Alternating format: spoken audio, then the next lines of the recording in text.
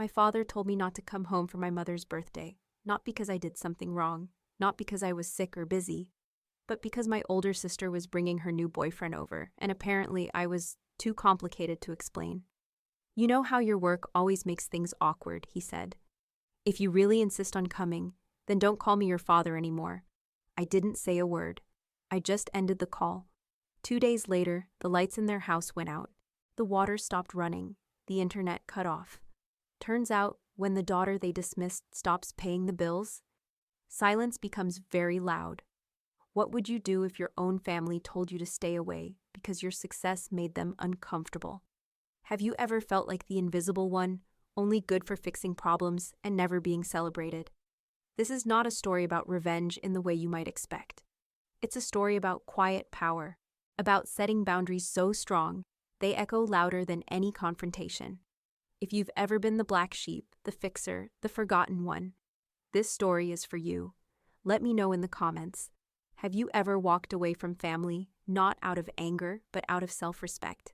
And don't forget to subscribe to Sophia's Revenge Stories. We tell powerful stories every day, stories that don't just end in drama. They end in truth. My name is Evelyn Harper. I'm 32 years old and I live just outside of Boston. By most standards, I have a good life. I co-founded a biotech startup that's developing early detection tools for rare cancers. We just closed a multi-million-dollar funding round with investors from New York. My name is on the paperwork, my name is on the patents, but it's never been on the fridge at my parents' house. Growing up, I was the quiet one, the serious child, the one who didn't wear makeup, who brought books to birthday parties, who preferred coding over gossip. At home, that made me invisible. All the attention went to my older sister, Vanessa. Vanessa is 3 years older than me. She's beautiful, charismatic, the kind of woman who walks into a room and everyone turns to look. She was always the one in dance recitals, the one with perfect hair in family photos, the one who brought home boyfriends that my mother adored, even if those boyfriends never lasted longer than the seasons. Meanwhile, I was in the background, helping with chores, fixing the Wi-Fi, driving mom to her doctor's appointments, quietly wiring money when dad's business had a bad quarter, never asking for thanks, never getting it either. For 2 years, I sent over $6,000 every month to cover their mortgage, utilities, groceries, and whatever Vanessa needed when she transitioned careers again. Nobody ever asked how I was doing. They just assumed I was fine. After all, I didn't complain. But there's something that happens when you make yourself too small for too long. People start believing that's your actual size. When I finally started the company, I didn't even tell my family. They wouldn't understand it anyway. The one person who knew was my Aunt Lorraine, my mom's younger sister, who always treated me like I mattered, even when no one else did. She called me her quiet storm, said I didn't need to be loud to change the weather. I guess I held on to that. Last month, when I told my assistant I'd be flying home early to help set up for my mother's birthday party, she smiled and said, "You're such a good daughter." I believed her. Until I got that call from my father. He said, "It's probably best if you don't come." When I asked why, his tone shifted. "Vanessa's bringing someone important, Liam. He's a CFO at a major firm. It's kind of a big deal. We don't want to make it awkward trying to explain your job and all that technical stuff. You know how your sister can get uncomfortable." I was stunned. Not angry, not hurt, just stunned. Then came the line I won't ever forget. "If you really insist on coming, Evelyn, then don't call me your father anymore." There it was. The moment the ground beneath you vanishes, but somehow you don't fall. I sat in silence for a long time after that call.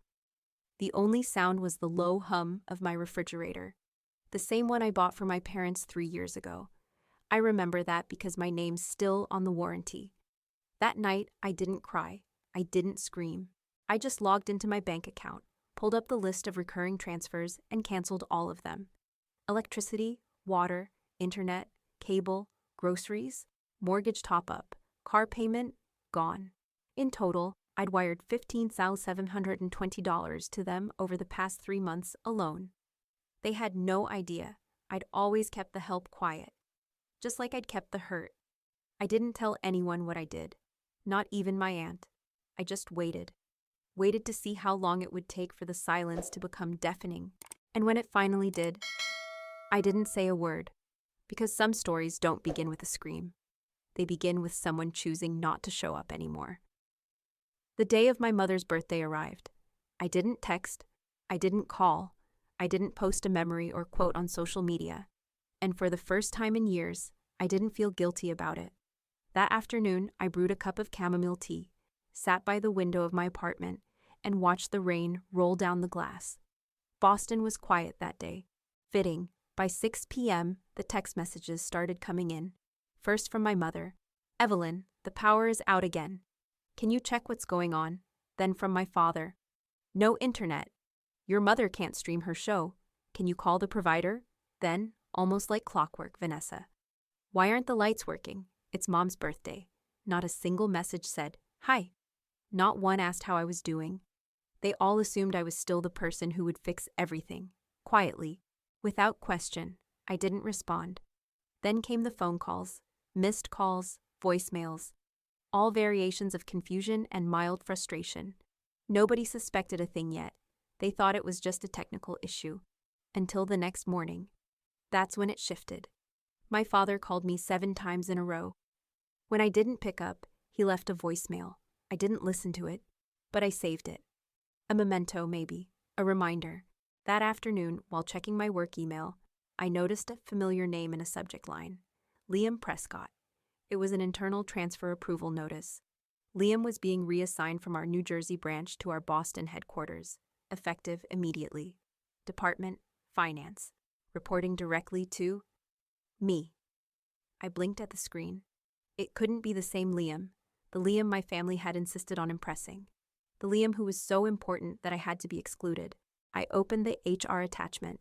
There it was, his full name, his LinkedIn profile link, and his digital signature at the bottom of the onboarding paperwork. Liam Prescott, bachelor's degree in accounting, MBA, former CFO at a mid-size firm. The same man Vanessa was parading around as her power move.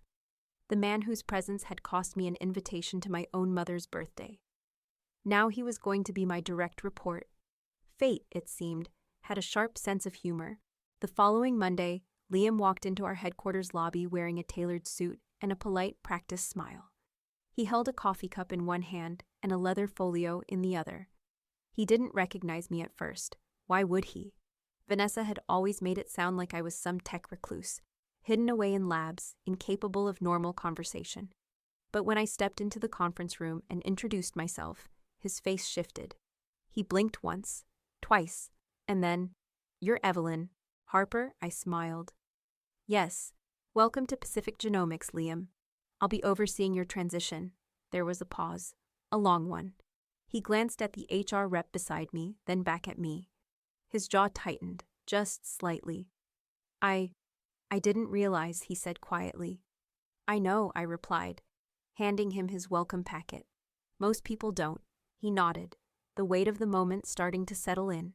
I could tell he was rewinding every conversation he'd had with Vanessa, every description she'd given him of her strange little sister, and none of it lined up with the woman standing in front of him now.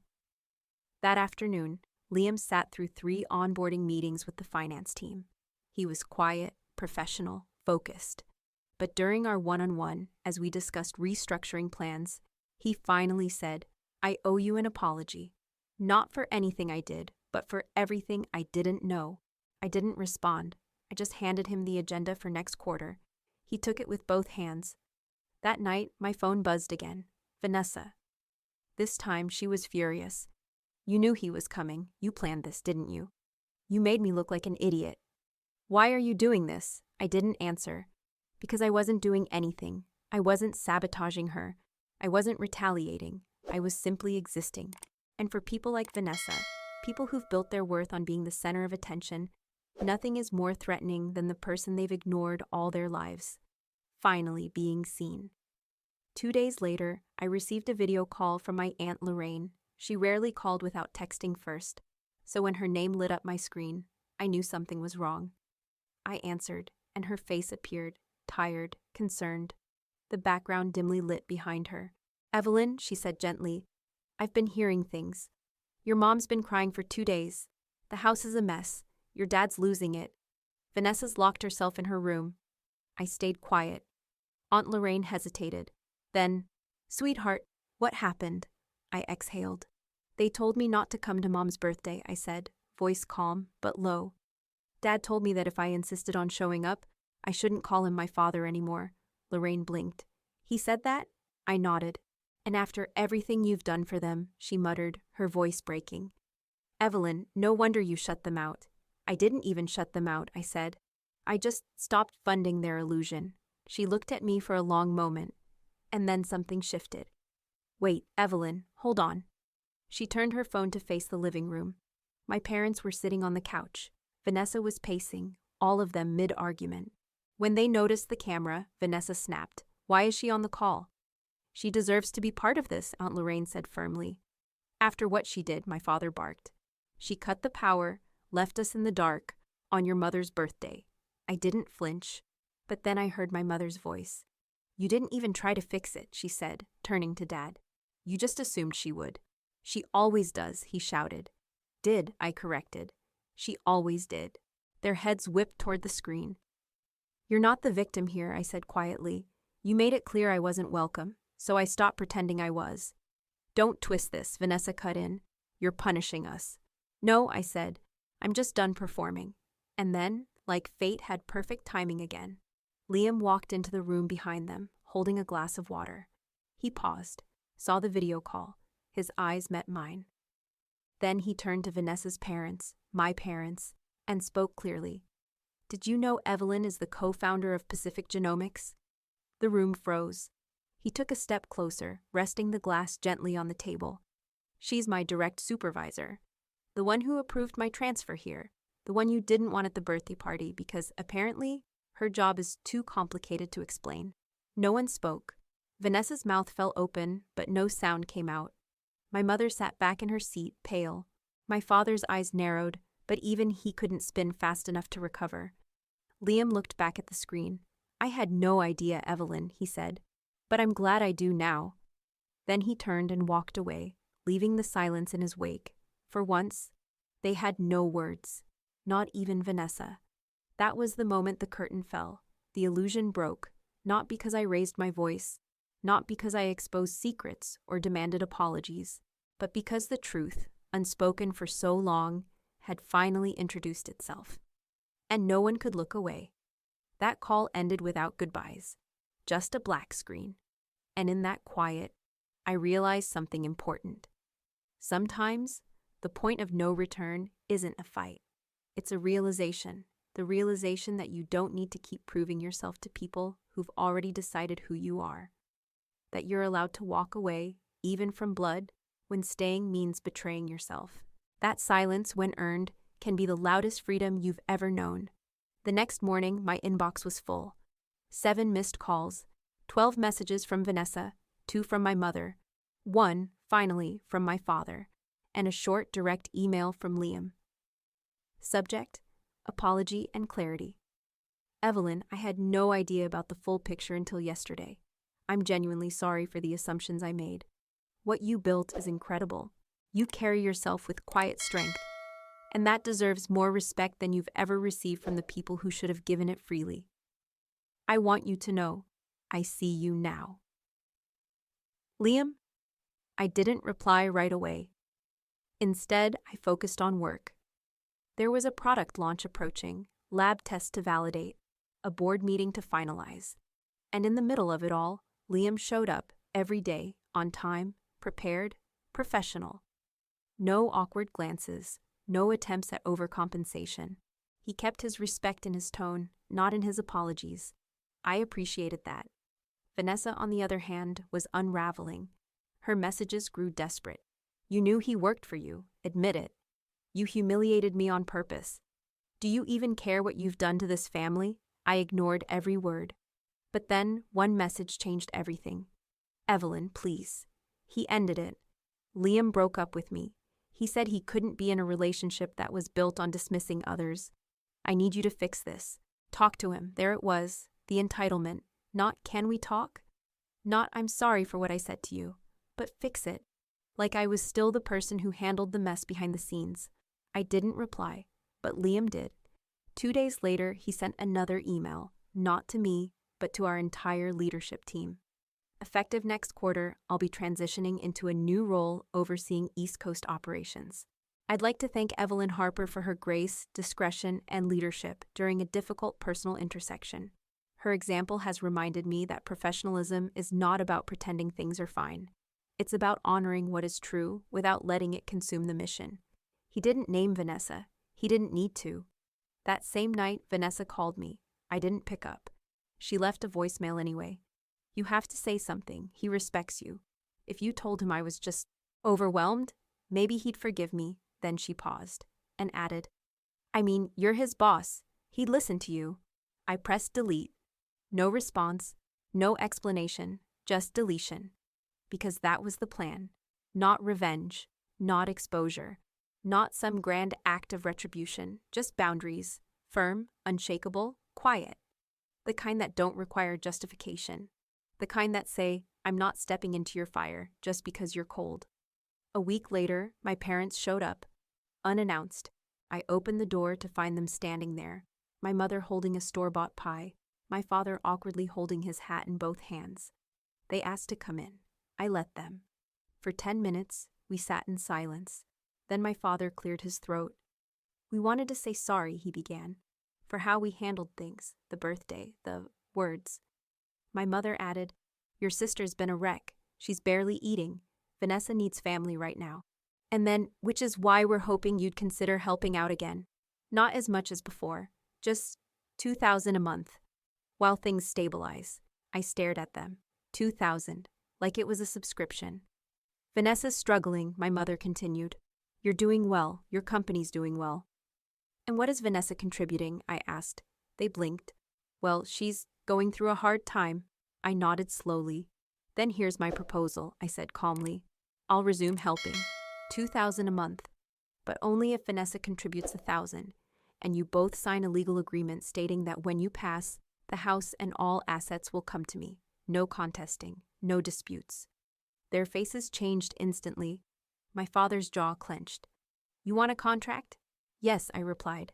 Because without one, you'll keep asking. And I'm done being the open wallet no one respects. My mother looked down. They left 15 minutes later, the pie untouched. That night, I poured myself a glass of wine and watched the city lights from my window. I wasn't angry. I wasn't bitter. I was simply finished. Not with them, but with being who they expected me to be. And for the first time in years, I slept through the night. Not because the noise was gone, but because I'd finally stopped answering to it. 3 days after my parents walked out of my apartment without saying a word about the contract, the group chat came back to life. Yes, there was a group chat, one I hadn't opened in almost 6 months. Family started by my mother, populated by long-winded texts from Vanessa, forwarded memes from Dad, and radio silence whenever I shared anything work-related. Now it was blowing up. Vanessa, are you happy now? He's gone. Everyone's looking at me like I'm pathetic. You could have said something. You could have saved this. Then my mother chimed in. Evelyn, this isn't like you. You've never been this cold. Then my father. I don't know what's gotten into you, but this isn't how we raised you. I stared at the screen. This wasn't like me. Was it so hard to believe that I could stop bending? That I could stop carrying everyone else's weight and decide for once to stand up straight? I typed one message, just one. I was never cold. I was just quiet. You all mistook that for permission. And I left the group. No exit announcement, no explanation. Just left. Later that night, my doorbell rang. It was Liam. He didn't come to talk about work, not directly anyway. He had a folder in his hand, a printed agenda, our Q3 planning document. Can we go over a few projections? He asked. I nodded. Let him in. We sat on opposite ends of my kitchen table. Halfway through the spreadsheet, he paused. I heard about your parents coming by, he said. I said nothing. I also heard you ask for a contract. Still nothing. Then he smiled, not mockingly, not condescendingly, just quiet approval. I wish I'd done that with my own family, he said. We didn't talk about Vanessa. We didn't need to. When he left, he thanked me. Not just for the meeting, but for the example. He said, "Most people don't know when to stop trying to earn love that isn't real." And I thought about that long after he walked out the door. A week passed, no calls, no messages. Then I got an email from a lawyer. Subject: Family Property Agreement. Evelyn, following your recent conversation with your parents, we are open to formalizing the proposed support arrangement, including the terms of inheritance you outlined. It was real, they were folding. I stared at the message for a long time, and I didn't answer, not right away.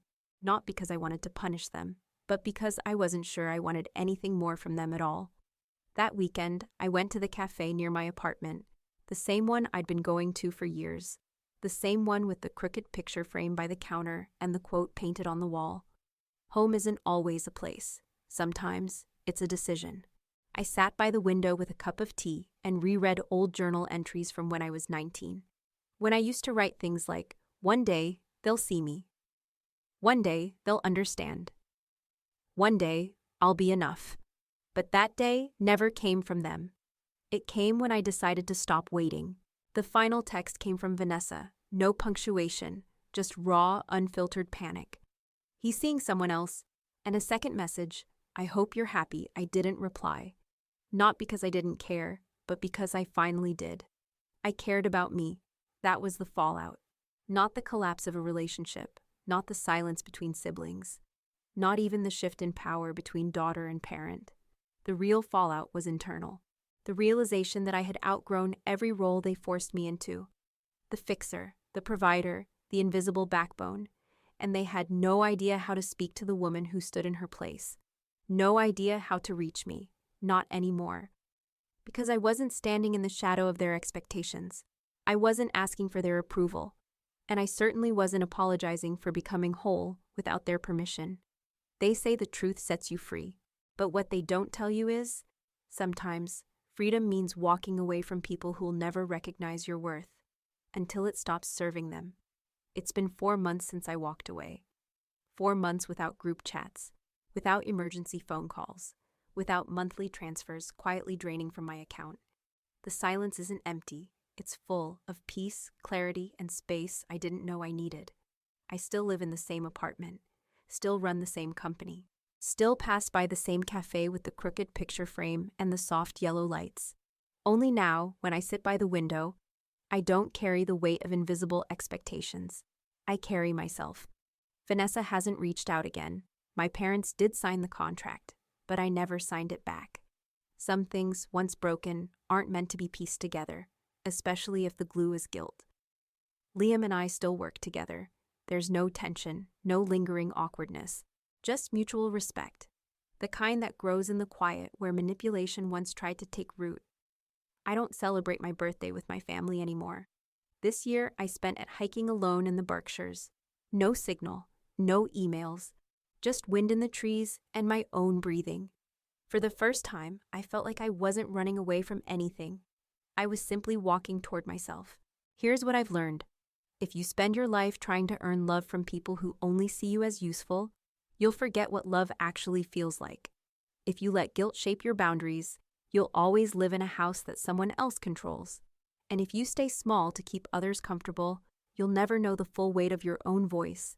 I didn't get revenge. I got something better. I got free. What did you think of Evelyn's story? Have you ever had to walk away from a toxic family dynamic? Not out of anger, but out of self-respect. Let me know in the comments where you're listening from. And if you support Evelyn, vote number 4. If you're still hoping her family will change, vote number 8.